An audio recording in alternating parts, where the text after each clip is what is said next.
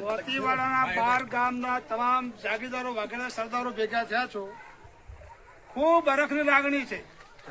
આવીને આવી એકતા રાખજો, કેમ કે સમય લોકશાહીનો છે અને આ લોકશાહીની અંદર આપણી એકતા નહીં હોય તો બીજા આપણો લાભ લઈ જશે.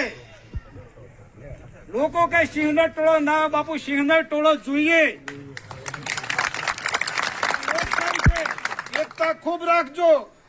બીજી વાત શિક્ષણની, આ ભાઈઓએ જે એક લાઇબ્રેરી ઉભી કરી છે, પ્રથમ તો એમને ખૂબ ખૂબ ધન્યવાદ છે.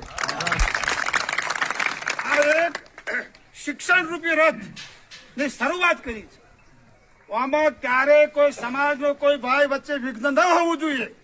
મારું આ બધાને આ કહેવાનું છે. અને મા ભગવતી બધાને સદબુદ્ધિ આપશે, તમને બધાને વિજય અપાવશે એવી મા ભગવતીને પ્રાર્થના કરું છું. બીજી વાત, શિક્ષણની અંદર આપણા 12 ગામના મારા જાણવા મુજબ 401 યુવાનો આની સાથે સંકળાયેલા છે. આ ટ્રસ્ટ ઉભું કર્યું, આ ખરેખર વિઘ્ન ન હોવો જોઈએ, આપણને ગર્વ હોવો જોઈએ. પણ આપણી કઈ કમનસીબી છે, આપણે આવા બધા વિઘ્નો કરતા હોઈએ છીએ.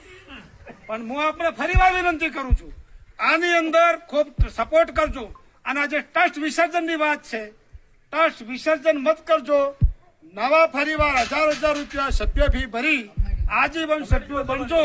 કમિટીની અંદર 12 ગામના બદલજો, આ નથી પાડતો, 12 ગામના સભ્યો લેજો. પણ આ જે વચ્ચેનો વિઘ્ન છે દૂર કરી ખૂબ સંગઠિત થઈ સંપ રાખી આગળ વધજો અને મા ભગવતી તમને વિજય અપાવશે એવી વધારે પ્રાર્થના કરું. વડવાસ ગામના એક વડીલ ઉભા થઈને આપના અભિપ્રાય રજૂ કરો.